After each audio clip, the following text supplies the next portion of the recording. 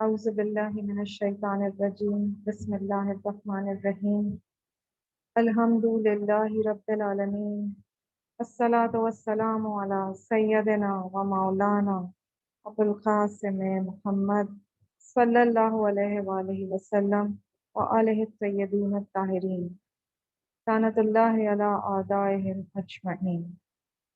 زیارت حضرت صاحب الزمان علیہ السلام۔ السلام علیکہ یا صاحب العصر والزمان، السلام علیکہ یا خلیفۃ الرحمن، السلام علیکہ یا امام الانس والجان، السلام علیکہ یا مظہر الایمان، السلام علیکہ یا شریک القرآن، السلام علیکہ یا امام زماننا، ھذا عجل اللہ تعالی فرجک وسہل اللہ مخرجک وظہورک، السلام علیکم ورحمۃ اللہ وبرکاتہ۔ اللہم صلی علی محمد وعلی محمد وعجل فرجہ۔ ولادت امام صاحب العصر والزمان ارواحنا لک الفدا، کل مومنین و مومنات کو بہت بہت مبارک ہو، اور ہم سب کی جانب سے تمام ائمہ طاہرین علیہم السلام کی خدمت میں ہدیہ تہنیت قبول ہو۔ 15 شعبان کی رات وہ مبارک رات ہے جس کو شب برات بھی کہا جاتا ہے۔ حضرت امام محمد باقر علیہ السلام نے اس رات کی فضیلت کے بارے میں فرمایا کہ یہ شب قدر کے بعد سب راتوں سے افضل ہے۔ اس رات میں خداوند عالم اپنے بندوں کو عطا فرماتا ہے اور اپنے کرم و احسان سے ان کو بخش دیتا ہے۔ بس اس رات میں اللہ تعالیٰ کے تقرب کی کوشش کرنی چاہیے، کیونکہ یہ وہ رات ہے کہ خداوند عالم نے اپنی ذات اقدس کی قسم کھائی ہے کہ کسی ہاتھ کو اپنی درگاہ سے خالی نہیں لوٹائے گا جب تک کہ وہ معصیت کا سوال نہ کرے۔ یہ وہ رات ہے کہ خداوند عالم نے اسے ہمارے لیے اس طرح قرار دیا جیسا کہ شب قدر کو جناب رسول خدا صلی اللہ علیہ وآلہ وسلم کے لیے قرار دے رکھا ہے۔ اس رات میں غسل کرنا گناہوں میں کمی کا سبب بنتا ہے۔ روایت میں ہے کہ جو اس رات میں نماز، دعا اور استغفار کے ساتھ بیدار رہے گا تو اس کا دل اس دن نہیں مرے گا جب باقی دل مردہ ہوں گے۔ اس رات امام حسین علیہ السلام کی زیارت کا ثواب ایسا ہے جیسے 1,24,000 پیغمبروں کی ارواح طیبہ سے مصافحہ کیا جائے۔ زیارت امام حسین علیہ السلام بجا لانا اس رات کے سب اعمال سے افضل ہے اور گناہوں کے بخشے جانے کا باعث ہے۔ رسول خدا صلی اللہ علیہ وآلہ وسلم سے روایت ہے کہ 15 شعبان کی رات وہ رات ہے کہ جس میں روزی تقسیم ہوتی ہے، اجل یعنی موت لکھی جاتی ہے اور ان لوگوں کا نام لکھا جاتا ہے جو حج کو جائیں گے۔ اس رات کے برکات میں سے ایک یہ ہے کہ رات کی سحری کے وقت سلطان العصر حضرت امام زمانہ عجل اللہ تعالی فرجہ کی سامرہ میں ولادت باسعادت ہوئی۔ پر محمد وآل محمد صلوات اللہم صلی علی محمد وآل محمد وعجل فرجہ۔ امام زمانہ علیہ السلام کو ہم چند مشہور القاب سے یاد کرتے ہیں، جیسے مہدی، قائم، حجت اور بقیت اللہ، کیونکہ ائمہ معصومین علیہ السلام نے اپنے پیروکاروں کو امام قائم علیہ السلام کا نام لینے سے منع فرمایا ہے، اور علماء کرام کا بھی یہی نظریہ ہے کہ ظہور سے پہلے باقاعدہ اور اعلانیہ ان کا نام نہ لیا جائے۔ آپ کے والد بزرگوار امام حسن عسکری علیہ السلام اور مادر گرامی جناب نرجس تھیں، جو کہ قیصر روم کی پوتی ہیں۔ آپ کی ولادت کے وقت جناب حکیمہ وہاں موجود تھیں، جو کہ بیان کرتی ہیں کہ اس وقت میں نے دیکھا کہ نرجس سر تاپا نور ہی نور ہے، اتنا نور تھا کہ میری آنکھیں ان کو دیکھ نہیں پا رہی تھیں۔ میں نے دیکھا کہ جو بچہ پیدا ہوا ہے وہ سجدے میں ہے اور اپنی کلمے کی انگلی اٹھا کر اللہ تعالی، رسول اللہ صلی اللہ علیہ وآلہ وسلم اور ائمہ طاہرین کی گواہی دے رہے ہیں، اور اپنی امامت کی بھی گواہی دی، اور فرمایا خدایا میرے وعدے کو عملی فرما، میرے کام کو انجام تک پہنچا، میرے قدم کو ثبات عطا فرما، اور زمین کو میرے ذریعے عدل و انصاف سے بھر دے۔ خداوند عالم نے جناب موسیٰ کی طرح امام زمانہ علیہ السلام کی ولادت کو بھی پوشیدہ رکھا تاکہ کینہ پرور دشمنوں سے محفوظ رکھا جا سکے۔ آپ امام حسن عسکری علیہ السلام کی شہادت کے وقت ظاہر ہوئے، اپنے پدر کی نماز جنازہ پڑھائی اور لوگوں نے آپ کو دیکھا۔ اس کے بعد آپ نگاہوں سے پوشیدہ ہو گئے۔ حضرت امام مہدی علیہ السلام کے ظہور کا عقیدہ، یعنی الہی اور عالمی مصلح کا عقیدہ، بہت سے دوسرے مذاہب میں بھی پایا جاتا ہے۔ نہ صرف اہل تشیع اور اہل سنت بلکہ دوسرے ادیان جیسے یہود، نصارہ، زرتشت اور ہندو مذہب میں بھی ایک الہی مسئلے کا ذکر ہے، اور ہر ایک اس کے ظہور کا انتظار کر رہا ہے۔ یہاں اہل سنت کی دو روایتیں جو کہ مسند احمد بن حنبل سے لی گئی ہیں بیان کی جائیں گی۔ پیغمبر اسلام صلی اللہ علیہ وآلہ وسلم نے حضرت مہدی علیہ السلام کے یقینی ہونے کے بارے میں ارشاد فرمایا، اگر اس دنیا کی زندگی کا صرف ایک دن باقی رہ جائے گا تو خدا ہم میں سے ایک مرد کو بھیجے گا جو دنیا کو عدل و انصاف سے بھر دے گا جس طرح وہ ظلم و جور سے بھر چکی ہوگی۔ رسول اللہ صلی اللہ علیہ وآلہ وسلم کا ایک اور ارشاد گرامی ہے، یقیناً میرے بعد علی اس امت کے امام ہیں اور قائم منتظر ان کی نسل سے ہیں۔ جس وقت وہ ظاہر ہوں گے دنیا کو عدل و انصاف سے بھر دیں گے جس طرح وہ ظلم و جور سے بھر چکی ہوگی۔ قسم ہے اس ذات کی جس نے مجھے بشیر و نذیر بنا کر بھیجا، یقیناً وہ افراد جو اس کی غیبت میں ثابت قدم رہیں گے وہ اکثیر کی طرح نایاب ہیں۔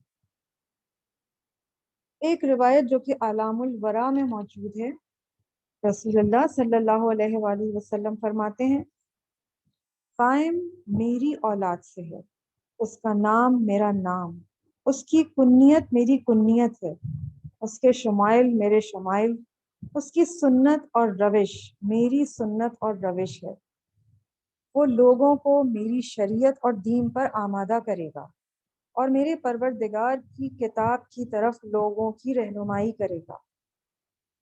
جو شخص اس کی اطاعت کرے گا اس نے میری اطاعت کی، اور جو اس کی مخالفت کرے گا اس نے میری مخالفت کی۔ جس نے اس کی غیبت کا انکار کیا اس نے میرا انکار کیا۔ یہ بات قابل توجہ ہے کہ غیبت کی بنیاد اللہ تعالیٰ کی حکمت پر ہے، اور ظہور تک یہ راز سربستہ ہے۔ ظہور کے وقت لوگوں کو معلوم ہو جائے گا کہ غیبت کی وجہ خود ان کی ذات میں پوشیدہ تھی۔ اگر خود کو باقاعدہ تیار کر لیتے تو امام ظاہر ہو جاتے، لیکن لوگوں نے اپنی اصلاح کی کوشش نہیں کی۔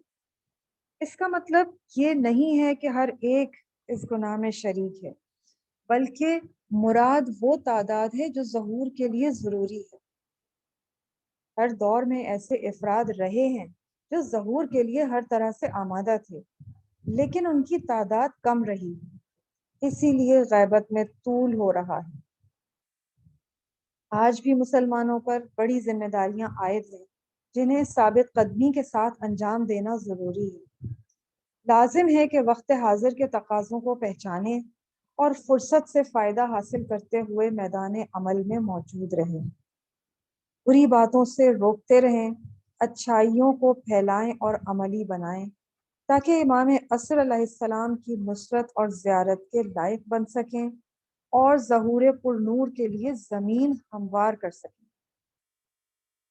امام علیہ السلام کے ظہور کی آمادگی اور زمینہ سازی صرف یہی نہیں ہے کہ علامات ظاہر ہونے کا انتظار کرتے رہیں اور واقعات اور خبریں دیکھتے رہیں کہ سفیانی اور یمانی ظاہر ہوئے کہ نہیں۔ کا فائدہ نہیں ہے، یہ ہمارا کام نہیں ہے۔ سب سے پہلی چیز جو کہ ظہور کی راہ میں رکاوٹ ہے وہ ہیں حقیقی اور سچے انصار اور مددگار۔ حق کی مدد کے لیے امام زمانہ علیہ السلام کو انصار چاہیے۔ اس کی وضاحت کے لیے ہمارے پاس واضح اور کلیئر مثالیں موجود ہیں۔ مثلا مولا امیر المومنین علیہ السلام 24-25 سال گھر بیٹھے رہے اور اس کے بعد حاکم بنے۔ کیوں؟ کیونکہ سچے مددگار موجود نہ تھے۔ اس کا ایک نہج البلاغہ کے جملے میں بھی ذکر ہے۔ نہج البلاغہ خطبہ نمبر 3 میں مولا علی علیہ السلام فرماتے ہیں، اگر بیعت اور مدد کرنے والوں کے وجود سے مجھ پر حجت تمام نہ ہو گئی ہوتی، یعنی اتنے سال بعد بھی آپ حاکم نہ بنتے اگر حقیقی انصار نہ ہوتے۔ دوسری طرف 7ویں امام کے زمانے کو دیکھ لیجئے۔ امام موسیٰ کاظم علیہ السلام 7 سال جیل میں رہے۔ وجہ یہ کہ ان کے ناصر اور مددگار اپنی مذہبی رسومات اور قرآن حفظ کرنے میں مصروف تھے، بڑی معذرت کے ساتھ۔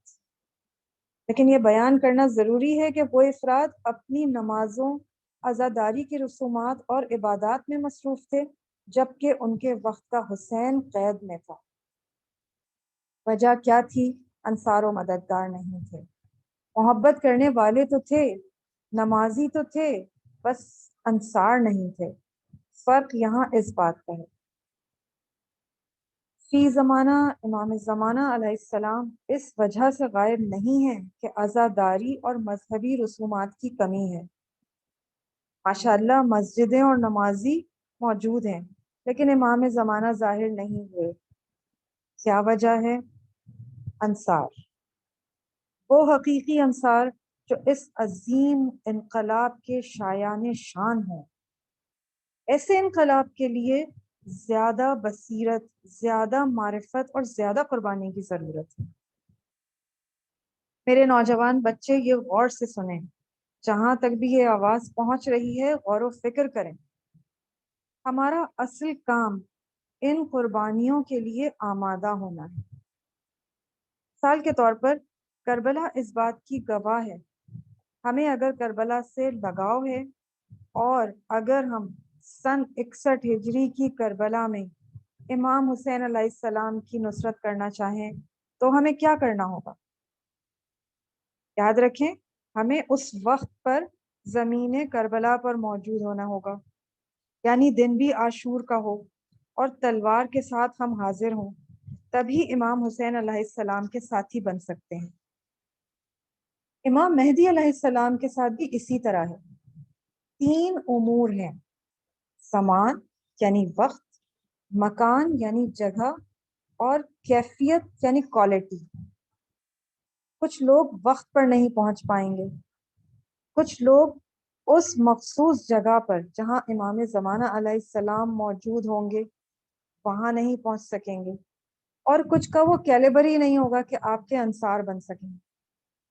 امام علیہ السلام کو فرما بردار، جانثار، تجربے کار اور زیرک افراد کی ضرورت ہے۔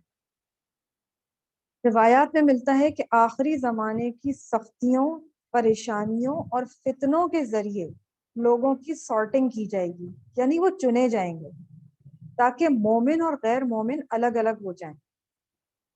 آخری دور میں شبہات اور فتنے اتنے زیادہ ہوں گے، لوگوں کو پتہ ہی نہیں چلے گا کہ حق کیا ہے اور باطل کیا ہے۔ لوگ ان حالات میں گم ہو جائیں گے۔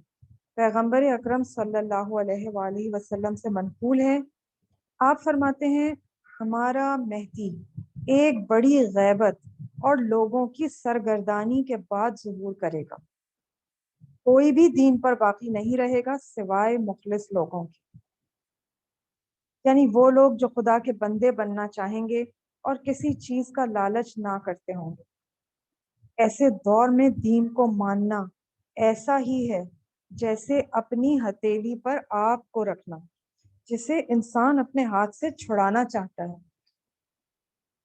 ایک اور روایت میں ایسے دور کے بارے میں پیش گوئی کی گئی ہے کہ انسان رات کو دین پر ہوتا ہے اور صبح دین سے ہاتھ دھو بیٹھتا ہے، اور صبح کے وقت دیندار ہو تو رات کو بے دین ہو جاتا ہے، کیونکہ ایسے زمانے میں لغزش کے اسباب اور عوامل زیادہ ہیں۔ آیت اللہ مرشی نجفی ایک باعظمت فقیہ تھے۔ انہوں نے اپنے شاگردوں سے فرمایا، میں جب صبح اپنے گھر سے نکلتا ہوں تو خدا کو 14 معصومین علیہم السلام کی قسم دیتا ہوں کہ ظہر کے وقت دیندار واپس لوٹیں۔ جب ایک جید عالم اس طرح پریشان ہو رہے ہیں تو ہمارا کیا حال ہوگا؟ یہی وہ دور ہے جسے ہم اپنی آنکھوں سے دیکھ رہے ہیں اور ایکسپیرینس کر رہے ہیں۔ ایک فتنہ ختم نہیں ہوتا کہ دوسرا وجود میں آ جاتا ہے۔ نہایت ضروری ہے کہ ائمہ اطہار سے توسل کیا جائے اور مدد مانگی جائے، لیکن ہمارا طرز زندگی ایسا ہے کہ امام علیہ السلام سے بہت دور ہے اور اپنی روٹین لائف میں مگن ہے۔ امام زمانہ علیہ السلام سے تعلق برقرار رکھنے کی ضرورت ہے۔ ان سے قلبی لگاؤ میں کمی نہ آنے دیں، دین الہی سے متمسک رہیں اور کردار سازی میں مشغول رہیں۔ ایک اور اہم بات یہاں بیان کرنے کی ضرورت ہے کہ امام علیہ السلام غیبت میں ضرور ہیں مگر اپنے چاہنے والوں سے غافل نہیں ہیں۔ دوستوں پر ان کی خاص نظر ہے، خاص طور پر وہ حضرات جن کے ہاتھوں میں دین کی ذمہ داری ہے۔ مراجع تقلید پر آپ کی خاص عنایت ہے۔ اسی طرح غیبت کے زمانے میں مسلمانوں کے امور ولی فقیہ کو سپرد کیے گئے ہیں اور ان کی نگرانی میں امور انجام دینا چاہیے۔ غیبت کے دور میں ولایت فقیہ ایک ایسی رسی ہے کہ جس کو اگر تھام لیا جائے تو تمام مسلمان متحد ہو سکتے ہیں، اور ان کی لیڈرشپ اور رہنمائی ایک متقی، شجاع، عادل اور بابصیرت رہبر کے ہاتھ میں ہونی چاہیے، جس کو ولی فقیہ کہا جاتا ہے۔ ولایت فقیہ کی اہمیت اس چیز سے واضح ہو جاتی ہے کہ 1979 کے انقلاب اسلامی ایران کے بعد ساری دنیا ایران کی مخالف ہو گئی اور دشمنی پر اتر آئی۔ کیا یہ بات غور طلب نہیں ہے کہ ایسا کیوں ہوا؟ کیا انقلاب سے پہلے یعنی شاہ کے دور میں ایران میں مسلمان موجود نہیں تھے جو کہ نماز روزے کے پابند ہوں، زکوٰۃ ادا کرتے اور حج بجا لاتے ہوں؟ تو پھر انقلاب کے بعد ایسا کیا فرق آ گیا کہ یہ ملک دشمنوں اور شیطانی قوتوں سے برداشت نہیں ہو رہا ہے؟ وجہ صرف یہ ہے کہ وہاں ولی فقیہ کے سائے میں ایک ایسی حکومت اسلامی قائم ہو چکی ہے جو کہ امام زمانہ علیہ السلام کے ظہور کے لیے راہیں ہموار کرنے کی قوت رکھتی ہے اور اس کے لیے مسلسل جد و جہد کر رہی ہے۔ ان تمام باتوں سے یہ ظاہر ہوتا ہے کہ حکومت اسلامی اور ولی فقیہ ایک عظیم نعمت ہے جس کی قدر و منزلت کو پہچاننے کی ضرورت ہے۔ آئیے سب مل کر دعا کرتے ہیں کہ اللہ تعالیٰ اس انقلاب اسلامی کو ظہور امام زمانہ علیہ السلام سے متصل فرما دے، الہی آمین، اور رہبر معظم سید علی خامنہئی اور دیگر مراجع اعظام کو طول عمر عطا فرمائے، الہی آمین۔ امام زمانہ کے ظہور میں تعجیل فرمائے اور ہمیں ان کے اعوان و انصار میں شامل ہونے کی توفیق عطا فرمائے، آمین الہی آمین۔ دعائے سلامتی امام زمانہ۔ بسم اللہ الرحمن الرحیم۔ اللہم کن لے ولیک حجت ابن الحسن صلواتک علیہ وعلی آبائہ فی ہذہ الساعہ وفی کل ساعہ ولیا وحافظا وقائدا وناصرا ودلیلا وعینا حتی تسکنہ ارضک طوعا وتمتعہ فیہا طویلا برحمتک یا ارحم الراحمین۔ اللہم صلی علی محمد وعلی محمد وعجل فرجہم اجمعین۔ التماس دعا۔